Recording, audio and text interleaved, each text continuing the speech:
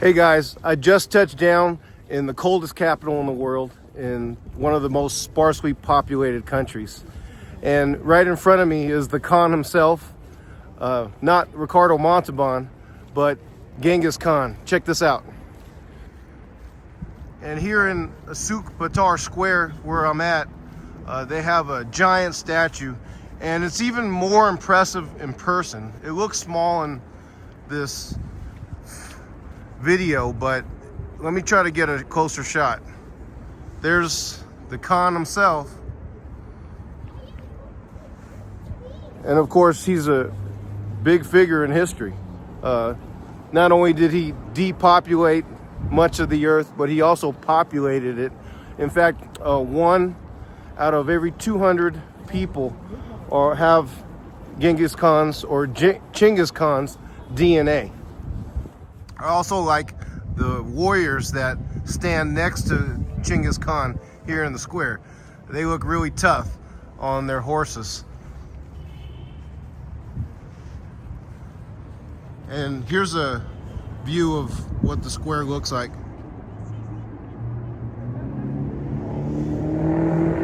It's a huge area. And here you can see all the snow building up on the steps here. I'm not sure who this figure is in Mongolian history, but his statue is on the side of Chinggis Khan in the square. And I believe right here is the Mongolian flag.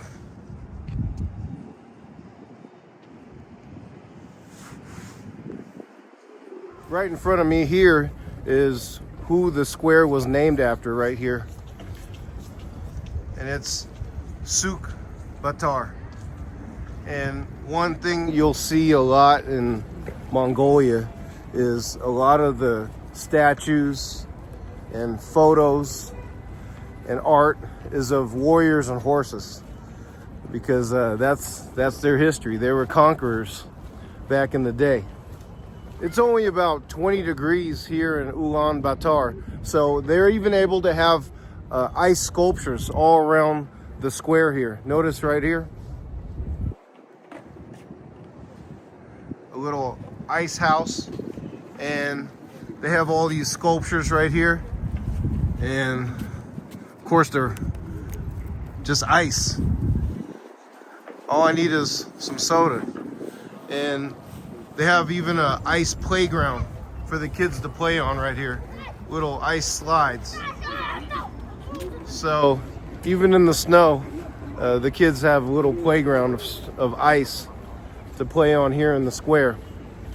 Hey guys, now I'm at one of the oldest, or the oldest, department store in Mongolia. It was established back in 1921, and it's called the State Department Store right here.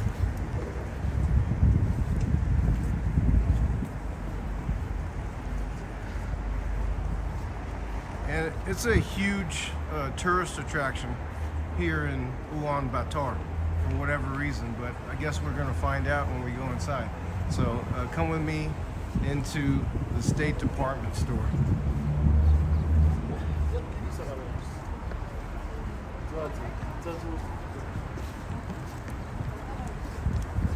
So my first impression is that it looks like any other department store here.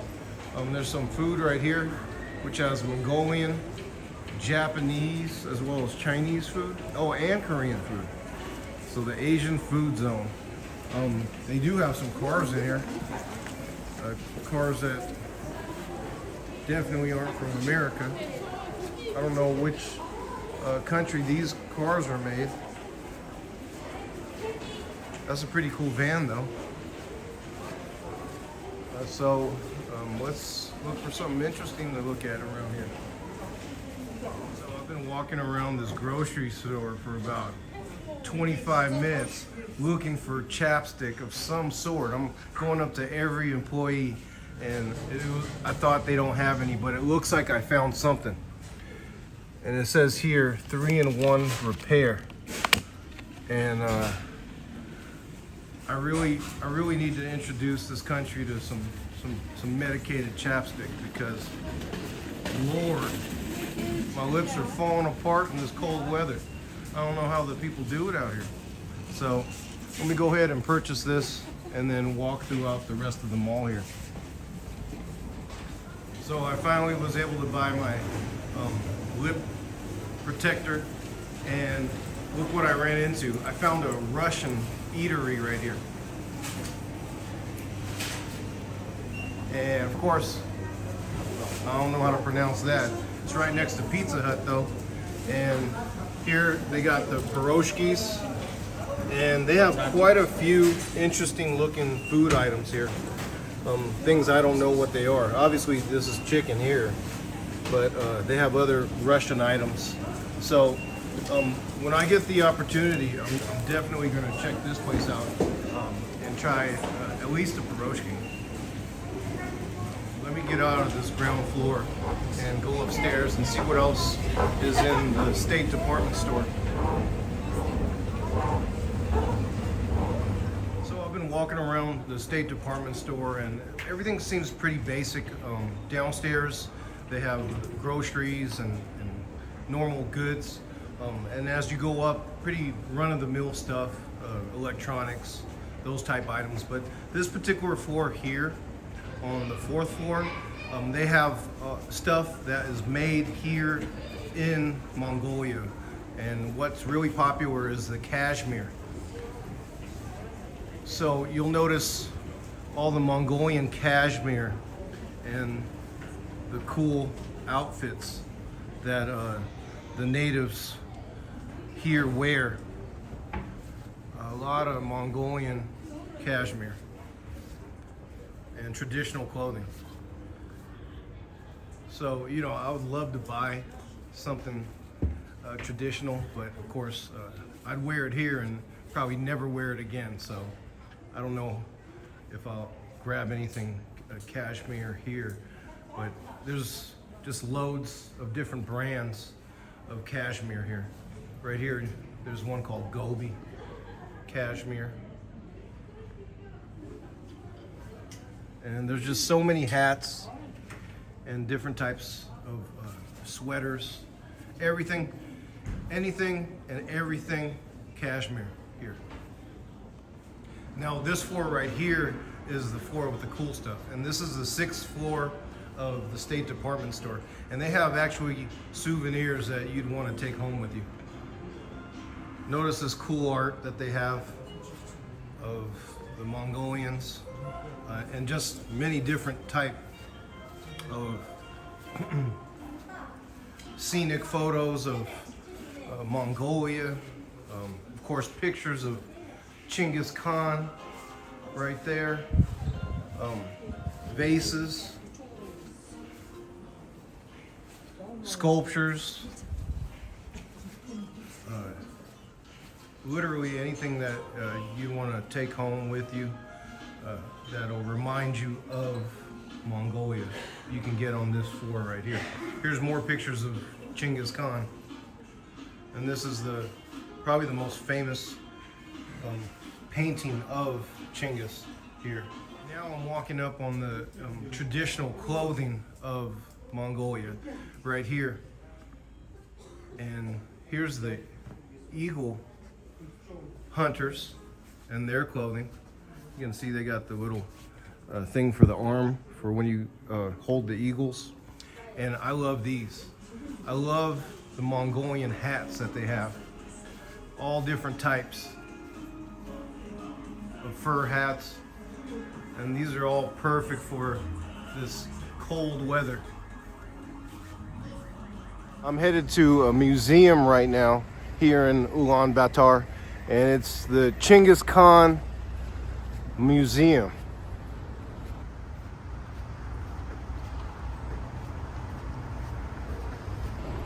And you know, I don't know a whole lot about Mongolian history or about the Mongol Empire, so maybe we could learn a little bit going here. So come with me inside.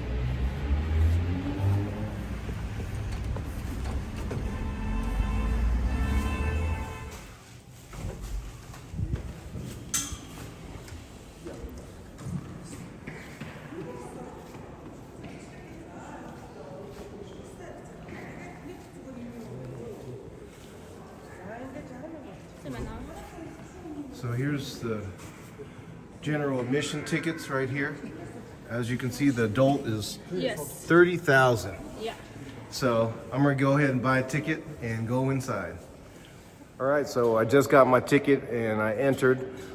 It's 30,000, which is like $8 to get in here. But if you want to film or take photos like myself, it's an additional $16 or so. So total for me was $24.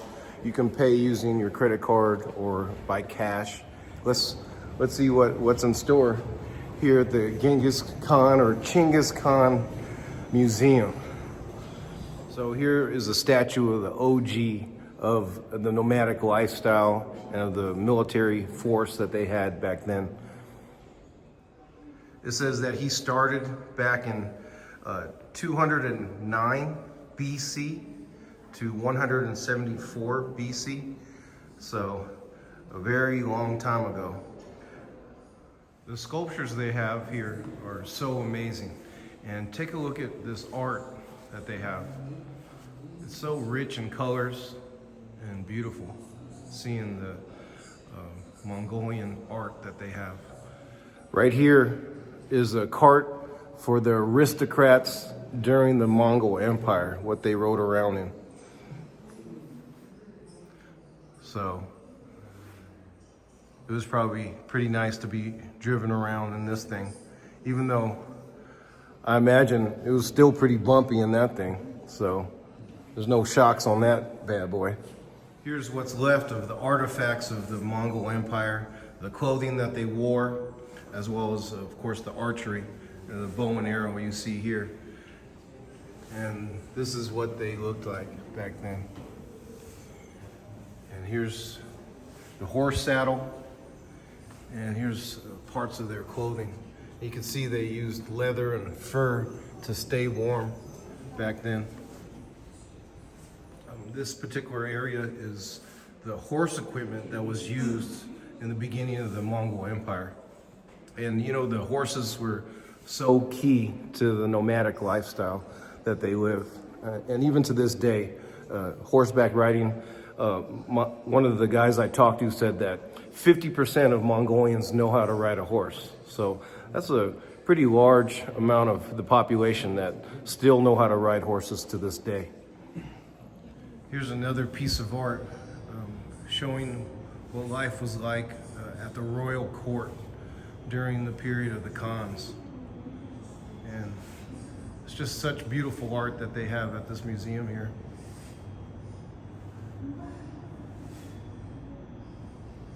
So, of course, the writing is still in Mongolian here, but I have the English version in my hand, and it says here, this is Chinggis Khan, and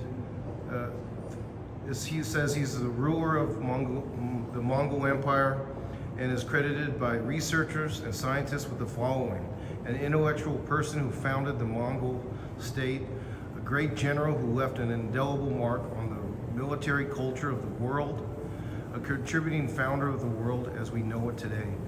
As of now, there are no other people who defined and led the course of 2 centuries, specifically the 13th and 14th centuries, like the Mongols under the leadership of Chinggis Khan.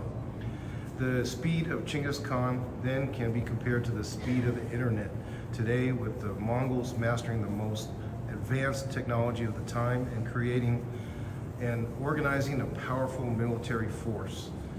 It says that scholars and researchers across the world recognize Chinggis Khan as a great contributor to the world as we know it today, and a key person who brought peace to the world and Mongolia. And of course, he was able to conquer and control over half the population of the world during his time. So, of course, Mongolians and of course the people of Mongolia are very proud of Chinggis Khan. So not only do they have a museum dedicated to him, giant statues everywhere of him, he's on the money as well. So, it just shows how much influence he has back then as well as even today. And then now check out what he used for his military back then in order to conquer all these other places. So he was just throwing rocks at people and taking over places. Here's a little slingshot right here. And all the weapons that they used. I guess this right here is the armor that they had. And the bows and arrows that they used during the time of conquering the world. So it's amazing how much he was able to do with this type of equipment. Here's some art of all the great Khans after Chinggis Khan.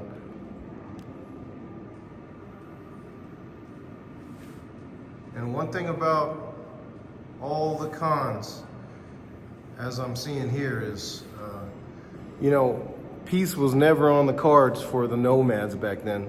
They were looking to conquer and also avoid being conquered as well. So it went hand in hand.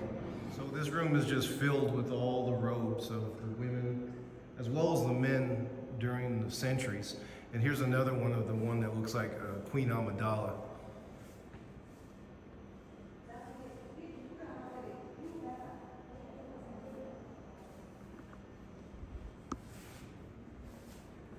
And here's more images of the Khan as well as his queen here.